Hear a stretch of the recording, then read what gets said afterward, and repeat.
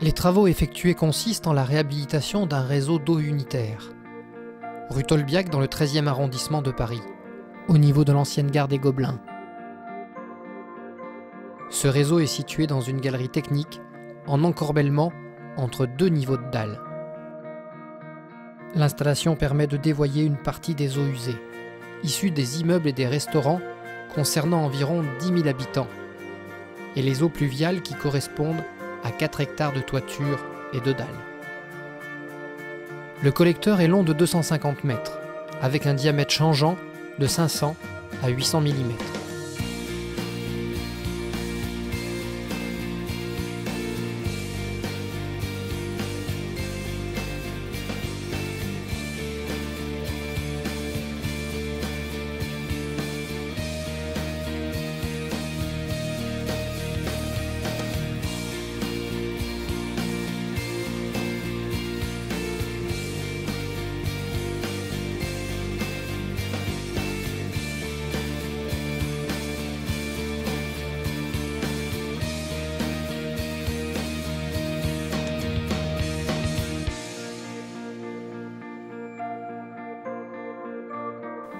Cette canalisation-là a été créée depuis l'origine de la construction de la dalle. Elle a plus de 40 ans. Elle est formée d'acier. Et aujourd'hui, on s'aperçoit que la canalisation est en ruine. Et nous avons été missionnés pour rétablir l'hydraulicité, rétablir la structure de la canalisation. Donc, rapidement sur le plan, si je vous explique, on a une canalisation qui poursuit, qui fait à peu près 200 mètres. Bon, c'est dans la continuité, hein, ça rentre dans le plan. L'objectif, c'est de dévoyer l'ensemble des arrivées d'eau qui sont là, représentées par des colonnes qui tombent en fait des immeubles au-dessus. Une fois que, et les siphons également de dalles, on passe un curage, donc on nettoie la canalisation pour identifier les différentes fuites et les défauts. On passe une inspection télévisée également. Et à partir de là, une fois qu'on a fait ça, on a proposé une technique qui permet en fait de réparer la canalisation depuis l'intérieur. C'est-à-dire qu'on va tirer un tuyau souple à l'intérieur de la canalisation. Ce tuyau est en PRV, il y a des fibres de verre dedans, elle est souple.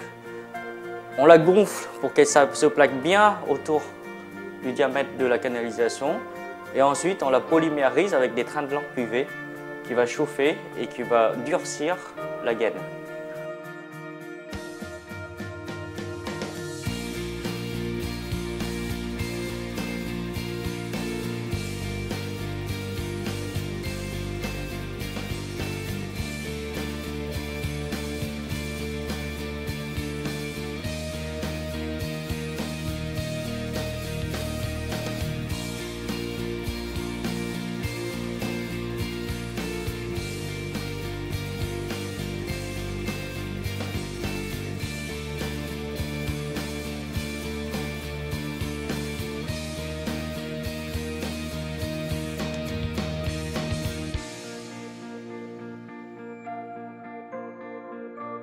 C'est une première, donc on a commandé une gaine qui fait un tronçon bien distant avec un changement de diamètre dans le parcours qui a été détaillé avant la fabrication de la gaine, qui a été transmis donc au fournisseur.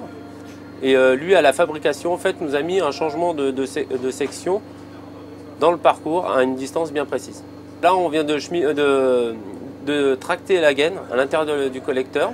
Avant de la tracter, bon, on a posé un préliner, ce qui est une bande de protection qui est au fil d'eau, qui permet de protéger la gaine pendant la phase de tractage, on va dire, de la chaussette, quoi, pour éviter qu'elle soit blessée par les impuretés ou les défauts du collecteur existant.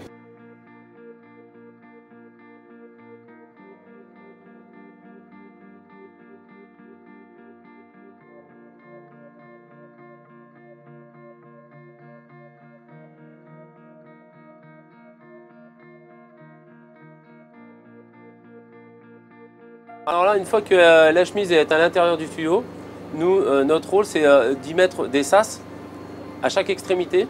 Ces sas, ils vont nous servir, ils ont plusieurs fonctions. La première, de pouvoir boucher la gaine afin qu'on puisse insérer de l'air à l'intérieur pour qu'elle prenne sa forme. Et la deuxième fonction, ils vont nous servir également, une fois que la gaine aura pris sa forme, de pouvoir insérer un train de lampe ultraviolet pour pouvoir durcir le produit. Parce que le produit sur ce type de gaine, en fait, on a une gaine imprégnée de résine à base de fibres de verre et elle réagit donc aux ultraviolets. Donc nous, notre rôle, c'est de faire durcir le produit avec un train de lampe ultraviolet. Le train de lampe est connecté donc directement à l'automate par un câble qui fait 200 mètres, on va dire, sur ce système-là.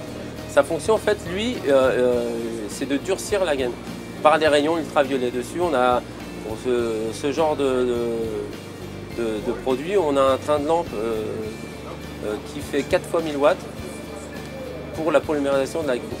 Le polyane extérieur que vous avez vu, en fait, celui-ci sert aussi à le protéger des ultraviolets extérieurs.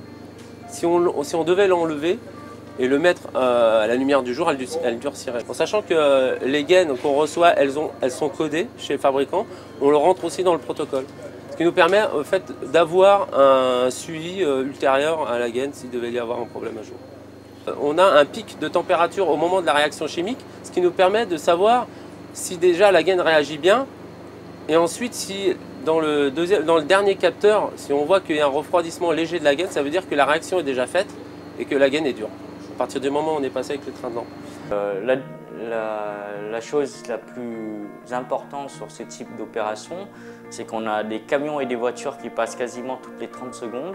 Donc on est en site où l'activité est continue et on ne peut pas rester très longtemps. Donc du coup, cette technique est adaptée sur le site puisqu'en fait, chaque tir fait un jour de travail.